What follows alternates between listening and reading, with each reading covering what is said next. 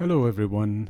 I certainly hope that this is working okay, but thank you to the first mini lecture that I'm pompously referring to it.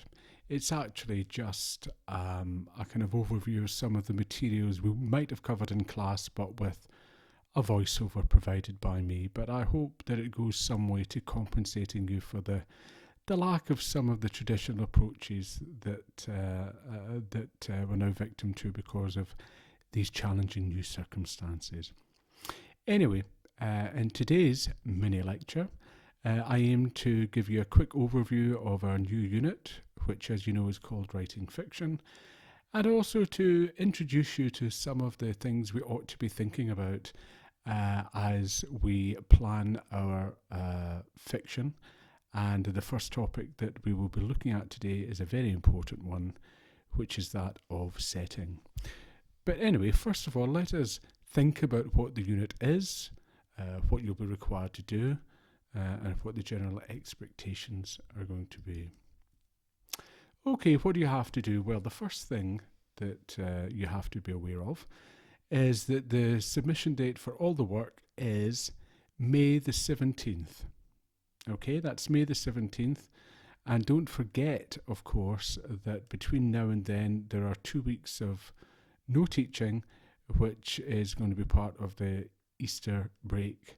And that break begins on, I think, the 2nd of April, which is a Friday, and we're not all back at college until, or at least to a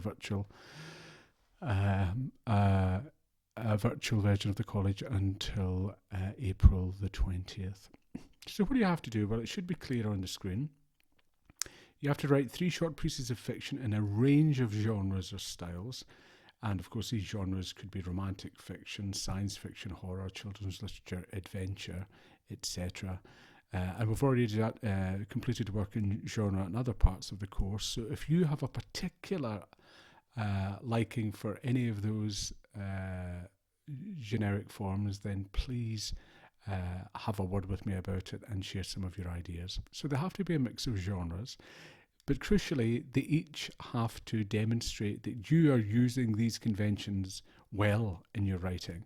So you're using setting, your characterization's good, you're making appropriate use of point of view, the plotting is of a good standard, and you're using imagery well, so you've got rich use of description, and that your use of dialogue is effective.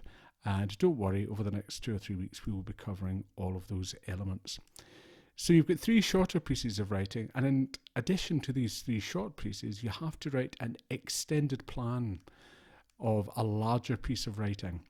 So that could be a whole novel, perhaps. And in that plan, you have to say how and why you're using techniques of the kind we've just mentioned. And with that, you have to submit an excerpt of that longer piece of fiction. So in terms of the pieces of work that I'm required to see by May the 17th, what does that mean? Well, it means I need 3 short pieces of fiction that covers different genres. I need 1 piece or an excerpted piece of a longer piece of fiction that is accompanied by an extended plan that covers, as I said, details of the techniques that you're going to be using. So I'll let you have a look at this. I will also be uploading the PowerPoint without voiceover to your Moodle site so that you can revisit this without my endless interruptions. Okay, let's move on then. So how will it be taught? Well, my expectation for the time being is that you will log on every Thursday afternoon, the same time. You will look at the mini lecture, which will be a PowerPoint presentation like this with the accompanying vocal descriptions, and that you will have a look on Teams to see what associated resources are there. I've also included on this presentation a very brief overview of the unit delivery plan, which follows some of the techniques that you'll be required to master when you submit your your work on the 17th of May. A Word document of this unit plan will also be uploaded to Moodle. Much of this unit, as I say here, will require you to consider the techniques we cover in each class, but crucially, you have to apply them to your writing. So I want you to look at these classes as experimental, as ways for you to get tips, advice, opportunities for you to undertake short writing exercises to develop and refine your practice. But crucially, you should be between classes thinking about these techniques, experimenting with them, applying them to the work that you're going to submit ultimately in May. I can't stress this point too strongly. I'm very eager indeed to maintain contact with you, but for very obvious reasons relating to data protection, I can only communicate with you via your official college email address. So please, please, please, if you don't use that, you must start using it now, and especially when you want to contact me or even send me some work. What I would reiterate at this early stage, but it's going to be important for you, is that remind yourself that there's quite a lot of writing going to be required in terms of submission in May. So please, I want you to be planning that now. And as we go through each class, I want you to be thinking about how we're covering might best be used by you in developing those pieces of writing that you're going to have to submit in May. And just to reiterate, 3 short pieces of fiction in a range of genres, 1 more extended piece of writing that's accompanied by an extended plan that details clearly how you're using the different techniques and for what purpose. So I hope all of that's clear. So let's then move on to the main topic of today, which is a really important one, and it's that of setting. Oh, sorry, I should say before that, have a look over the unit delivery plan. This week we'll be looking at setting, and I've just given you a brief introduction to the unit. Next week it's characterisation. We will then be off for Easter break for 2 weeks. When we come back, I'll be looking at ways that you can really develop and improve your writing through making effective use of visual language and imagery. Obviously that will mean things like similes, metaphors, personification, etc. But hopefully we'll make that much more interesting than the usual list of devices that you're no doubt familiar with. Another really important topic will be arriving the week after, when we'll be looking at narrative point of view. So we'll be looking at things like, well, who's speaking in your story? Which point of view dominates? Is it the character? Is it someone else that's viewing events? Or is it someone outside the story, an omniscient narrator, a kind of godlike perspective? The choice that you make in point of view really impacts on the power of your storytelling. So that will be a very important class for us. Equally important, and it's often perhaps undervalued in a lot of creative writing courses, is the class that we're going to devote to what makes good dialogue. Because good dialogue not only drives the action, it also gives us really revealing insights into your characters, and it can be an absolutely vital tool in ensuring that you write powerful fiction. The last class before your submission, which is May the 14th, will be a workshop, and for that class I'll be hoping to interact with all of you live and in real time, and this is so that I can troubleshoot any problems you may be having as you prepare for your final submission. Okay? As I say, if there's any obvious questions arise from this, just note them down, and you can either look back on the non-vocal PowerPoint, or you can drop me an email. Okay, before we finally go on to setting, I just want to make a few more points. Please keep in touch with me using college email. The class that I was intending to have before we were all thrust into this post-apocalyptic universe was to actually use our classes as workshops and use it as a space where we could discuss, share, writing, get feedback.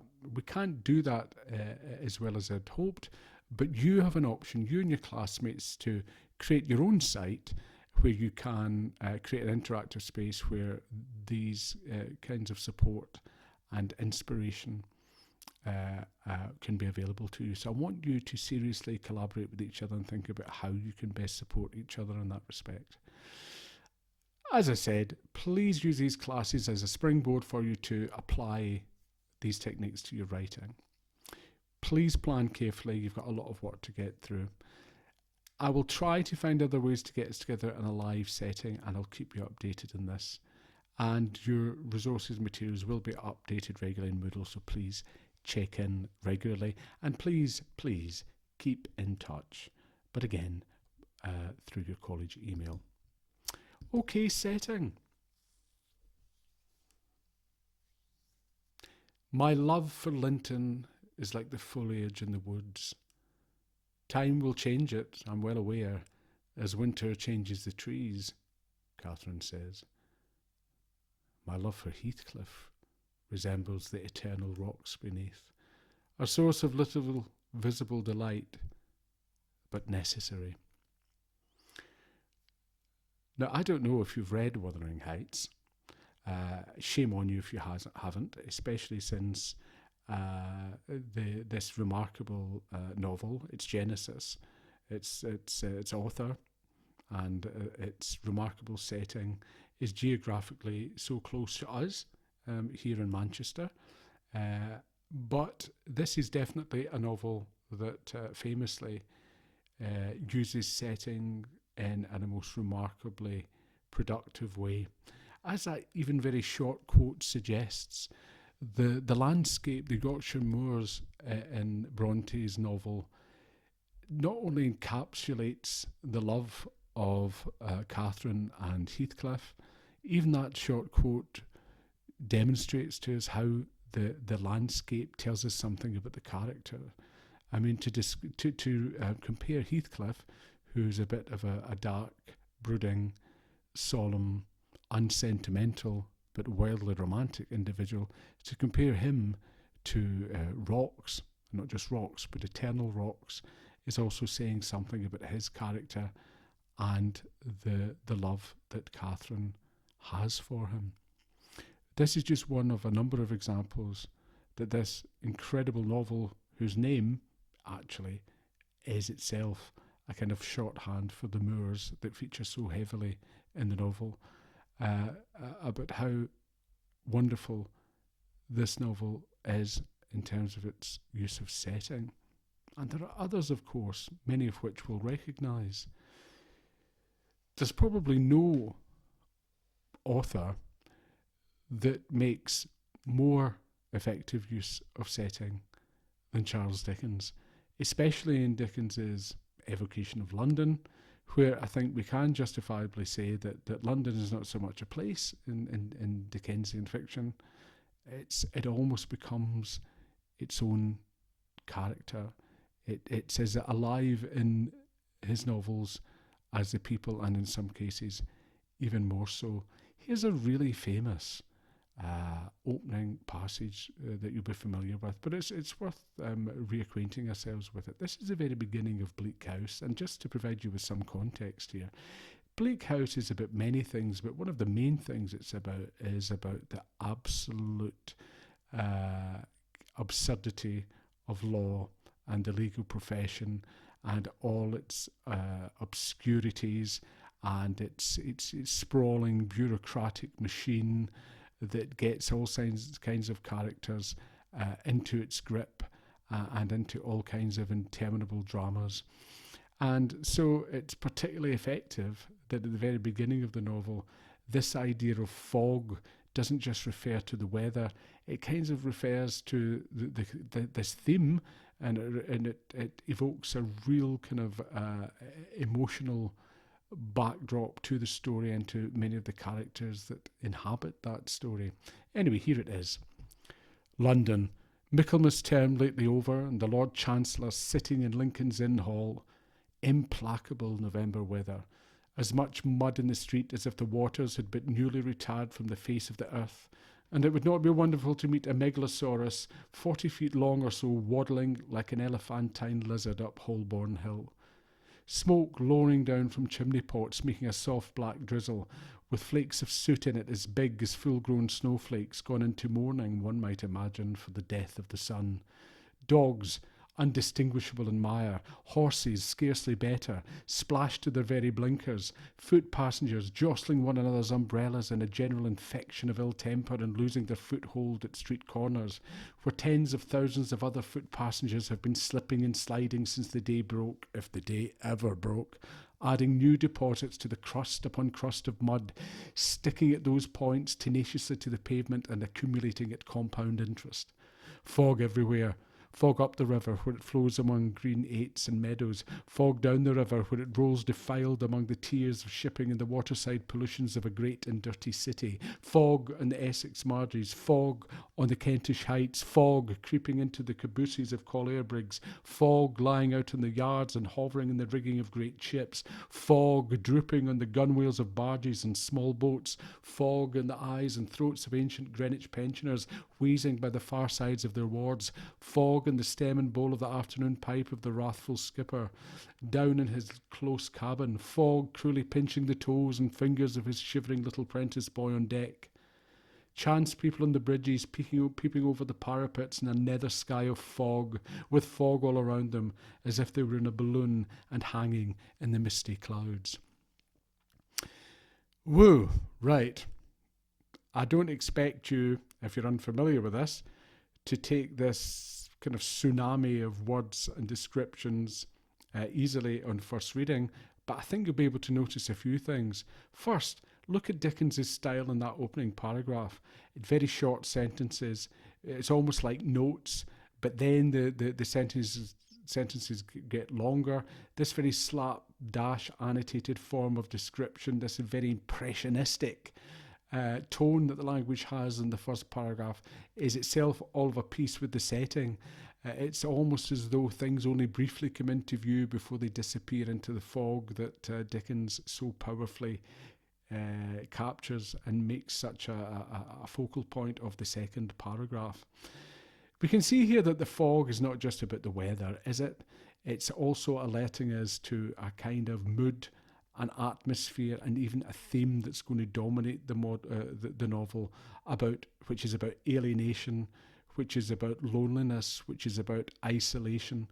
So here, it's not only that the setting makes London, as is so often the case with Dickens, a very powerful focus of the opening pages, it's also how it manages to be so resonant in terms of its emotional power and the way that it highlights some of the main themes for us.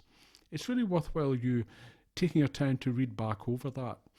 And shortly I will be directing you to this and other passages to help you with an assessment activity I've put together. So we've got Bronte in Wuthering Heights, we've got Dickens's London, most famously shown here in Bleak House, but of course there's others. What about the great Gone with the Wind, Margaret Mitchell's blockbuster from the 1930s that, as you perhaps know, went on to become one of the most famous motion pictures of all time. And of course, as you'll see the picture on the screen of little, gosh, I've forgotten her name now. Anyway, who was it that played Scarlett O'Hara? Vivien Leigh, that's who it is. The name's up there in front of me. Little Vivien Leigh, Scarlett O'Hara, running down the pathway to the plantation home in Atlanta as Scarlett O'Hara. And of course, the point I'm making here is Gone with the Wind as a story is inconceivable without Tara, this extraordinary house on this extraordinary plantation that the novel comes back to time and time again.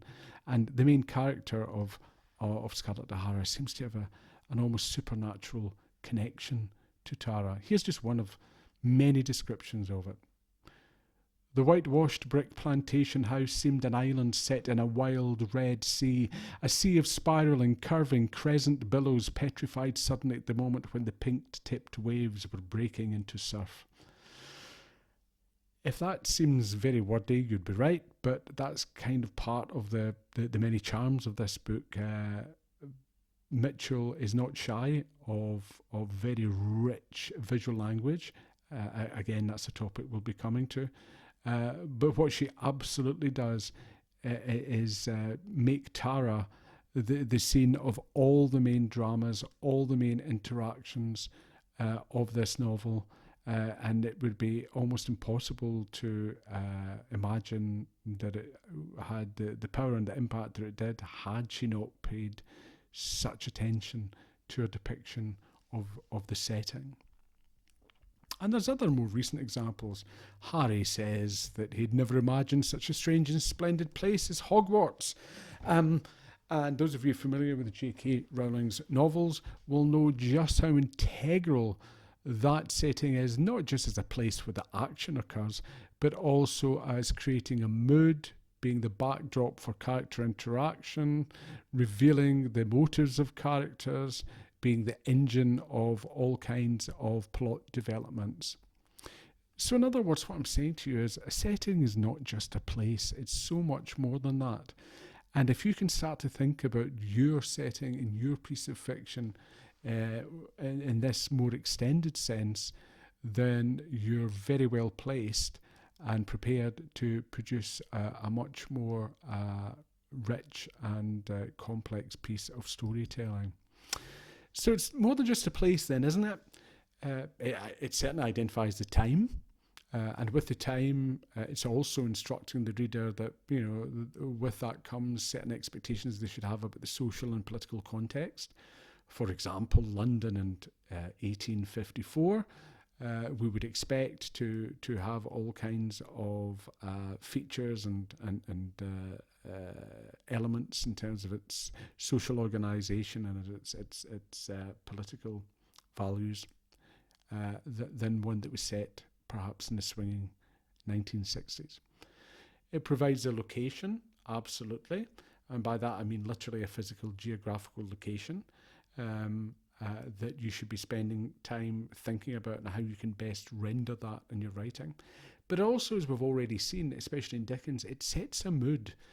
Good use of setting also creates an atmosphere, creates almost a kind of tangible presence in the novel through which all the other actions and characterization and plot and dialogue have added resonance.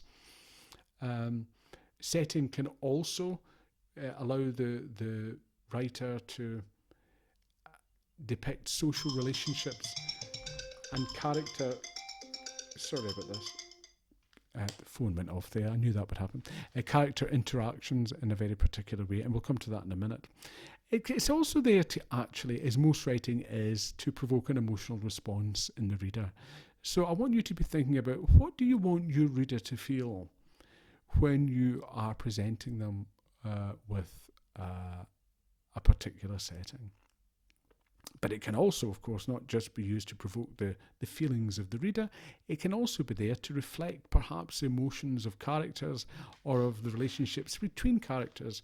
And of course, we're already familiar with that literary device, aren't we? That's called the pathetic fallacy. That's where the environment or the weather, and in this case the setting, seems to reflect some of the kind of emotional power of what's happening in characters' lives. That's why when people are unhappy in films, we constantly see them walking through rain-sodden streets and things. So you get the point, but a really powerful way to drive it home and use it well is in a careful use of setting. And of course, as we've already suggested, it can actually be a character in itself. And there's so many examples from writing fiction, from current and contemporary fiction, where the setting actually is a character, or is as real as any other character in the story. And I'm thinking, just off the top of my head, earlier today, Cormac McCarthy's Road or Sherry L. Smith's Orleans, which are more real than lots of the characters. So setting's not just where something happens, where your story happens.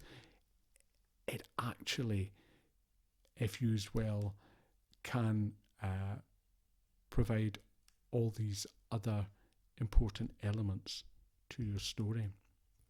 So here's your first assessment task. And what I would advise you to do now that you've gotten to this part of our talk is I want you to pause after the instructions and take 20 minutes to do as I've asked. So I want you to choose one of the excerpts in the settings worksheet that you'll find in Moodle, and I want you to rewrite it, or at least part of it, in order to create a different mood. And I'm saying there that, for example, you could choose Dickens's excerpt or the excerpt of Dickens's Bleak House, and you could rewrite London as another city, Manchester perhaps, who knows? But this time give it a different climate. Maybe it's not fog, maybe it's rain, maybe it's sunshine, maybe it's snow. The point is, how can you take your cue from Dickens or some of the other passages and use that as a template in which to see whether you can evoke a mood through the depiction of setting. If you have 20 minutes, you don't need to write a whole page. Think about a paragraph, and please take time to write that. Send me your excerpts, and I will share these on Moodle. And I will not identify who's written which excerpts, okay? So that you can all be inspired by each other. So if you'd just like to pause the presentation here, get on with this task, and then resume once you've finished, okay? Okay, now that you're finished, let's move on. Other ways we can be using setting is the relationship between setting and symbol or symbolism. And as we know, because we've covered it in many of our classes, haven't we? Symbols are so important because they have a reach, a resonance, they have an allusiveness that allows us as writers to maybe connect with much deeper, broader, universal themes that can add an extra rich layer to our stories. The one example here, a very, very useful but maybe well-known example I would draw your attention to is Fitzgerald's Great Gatsby. You'll recall, if you've read the novel, that Jay Gatsby spends an awful lot of his time going to the end of the pier at the bottom of his big house and then gazing across the bay to the green light that signals the end of the pier by the house where his lost love, Daisy, lives. And throughout that wonderful story, we get various scenes and evocations of Gatsby standing in this setting looking at this green light.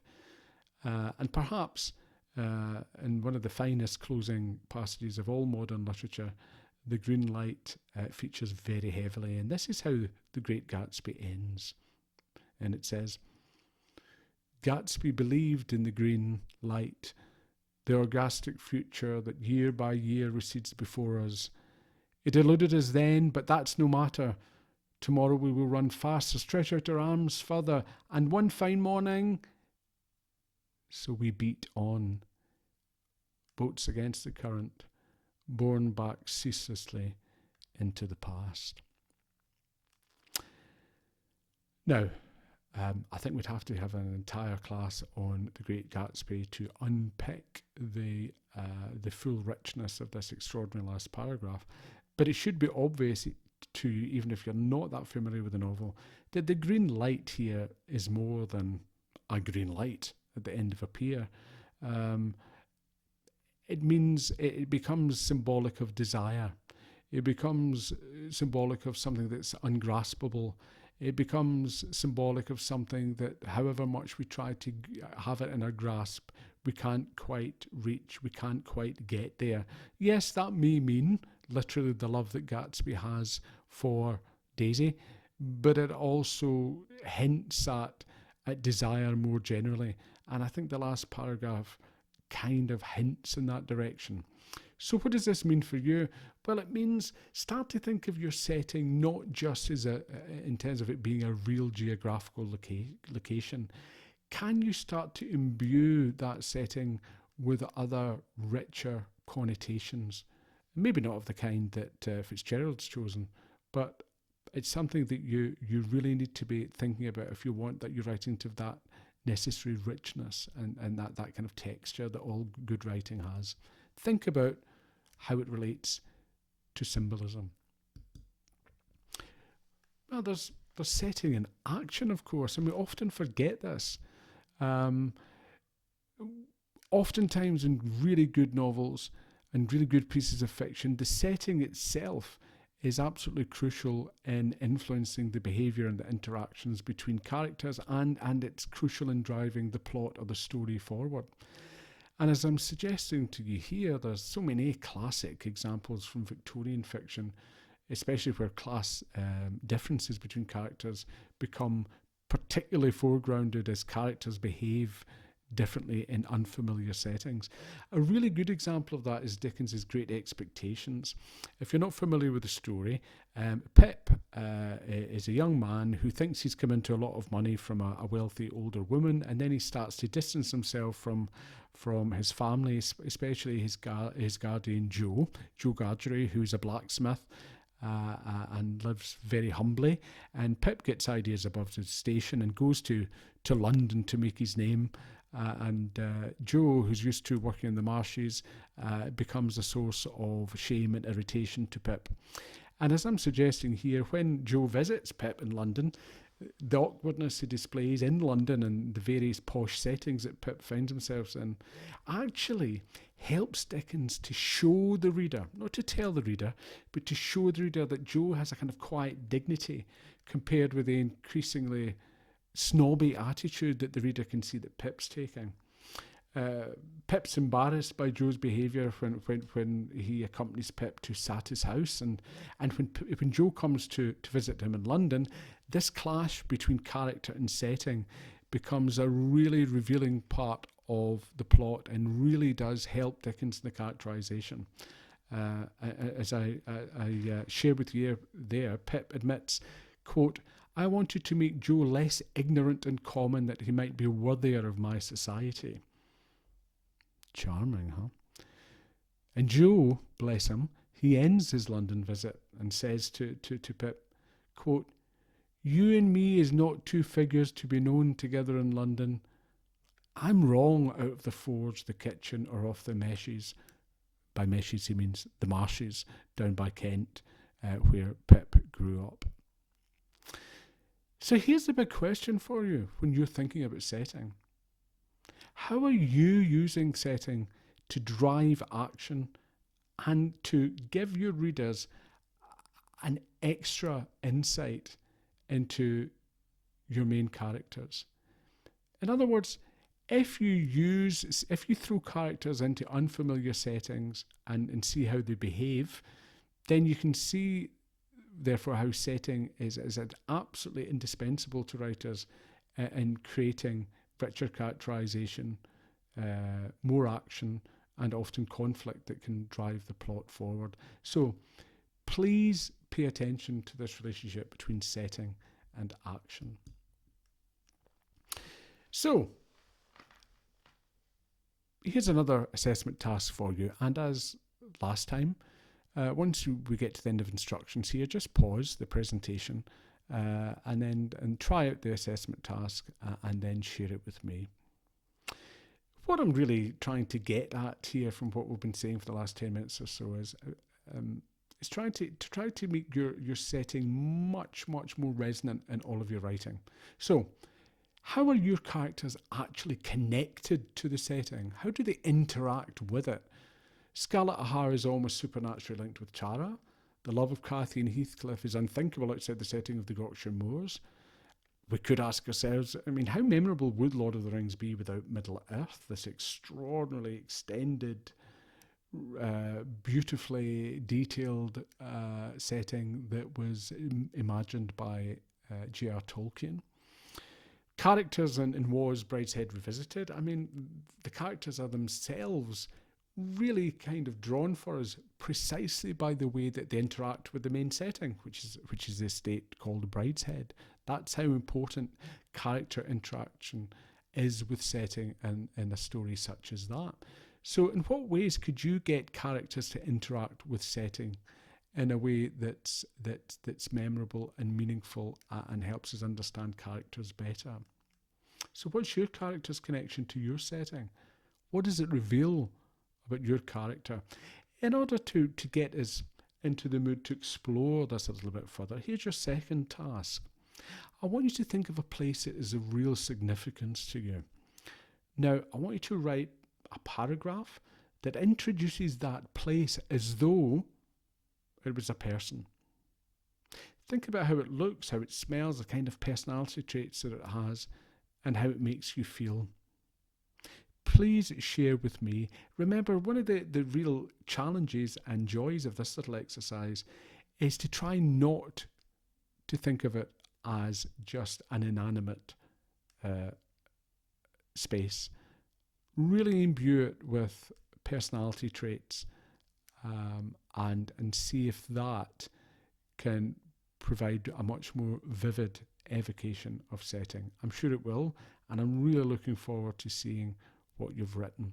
So if you'd just like to give that a go, I'm going to pause. You can pause here, and then we'll move on to the last part of today's lesson. Okay. As you're preparing your submissions, as you're looking at your own writing, as you're looking back over some of those writing exercises that are set for you today, I want to just very briefly, but importantly, I think, just share with you some top tips that I have for you in terms of how you treat setting in your writing. Firstly, if you're going to use a real setting, please use Google and research it properly. Get the details, get the history, get the background, get the particulars of a building, of what the type of brick it's made from, of any local history connections. You may not use all of that, but as is often the case with writing, getting really absorbed in the historical detail of these things can really enrich your fiction writing and really make it much more powerful. Secondly, really think about the time of day. Is it morning? Is it afternoon? Is it evening? Is it twilight? Is it that weird point between morning and night? Is it daybreak? How appropriate is that to the scene you want to depict? How resonant is that going to be in terms of the symbolic significance of the setting you wanted to present to your reader? What season? Decide at what time of year your story is going to be set. Winter, and we all know the kind of symbolism of seasons, but nevertheless it's an important decision you have to make. And of course, as Dickens so powerfully showed for us, the kind of meteorological context of the introduction of setting can be very powerful in terms of communicating a mood and an atmosphere to the reader. Number 3, and I'm going to come back to this time and time again, and I might even devote a large part of next week to it. Please get used to using all of your senses. So I don't just want you to concentrate on how something looks. That's only one of the senses.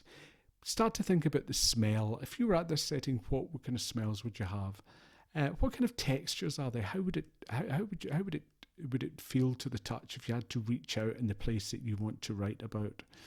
And I want you to think about the noises that you're used to hearing in that place as well. So how does it look? How does it taste? You might think, oh my goodness, that's a bit that's a bit creepy, Vance. I don't want to taste the setting, but you know what I mean. You can often taste rain and things like that. So I want you to use all of the senses to give the most vivid, sensual account of your setting that you possibly can. You can always redraft and edit later, but if at this point you can start thinking in that way, then that will really, really help you practice to exercise real discipline in some of the other writing that you're going to have to do. And what we can setting become a source of conflict? Maybe that's something you should think about. Maybe it's a disputed piece of land. Maybe it's a dam that's about to burst. Maybe it's a place that people have to gather the reading of a will. Maybe it's a house that's been inherited by someone that's haunted. One or any or none of these suggestions may be useful to you, but what I want to reiterate is that how setting can actually be the source of conflict, which is of course is the source of drama and can drive the plot of a story. I don't think I have to labour number 5. We've already mentioned it 2 or 3 times. How does it reveal character? How does someone's encounter with a setting, how do they behave with others in the setting? How does a setting evoke memories for them that maybe changes how they behave and what they reveal about themselves? And lastly, this is the fun bit, give it a great name. Give it a memorable name. I mean, I'm not going to name the obvious, but Hogwarts is a great name. The Death Star. Can you get anything cooler than that to talk about that great big man-made moon that we had in part of the Star Wars saga? So think about the name as well, and make sure it has a resonance for you, and that you can maybe tie it to other aspects of setting we've already touched upon, such as symbolism, characterization, theme. Okay, here's what we're coming to the end now. Here's what we should be doing in terms of homework and next steps following this class. So I want you to take one of the 2 pieces of writing that you've created today, or a piece of writing that you already have to hand or that you're hoping to make part of your submission, and I want you to rewrite it and by applying some of the tips that I covered in the previous slide. Also, I would like to reiterate that you should be looking regularly in Moodle, as I will be loading extra resources there for you to look at that are related to setting and some of the other techniques and topics that we'll be covering in the weeks ahead. Again, worth repeating, if you have any questions and to share work and to, for any other purpose, please contact me at the college email address. That's viadair@tmc.ac.uk, and I will be doing the same and contacting you only though by your college email address. Last but not least, and super important, keep writing. Remember what I said. Think about some of the tips. Try out some of the recommendations. Apply it to some of the writing you're already doing. Experiment and keep taking notes of what we're covering in class, because this is going to be really important for your extended plan, where you have to explain why and how you're using certain techniques and for what purpose. Okay, before I lose my voice and you lose the will to live, that concludes our first little mini lecture, and I hope that this has been an agreeable substitute, if not the best substitute that we could have for our traditional meeting together as a class. And I look forward to communicating with you over the week and setting something similar for you for next Thursday. Okay, thanks.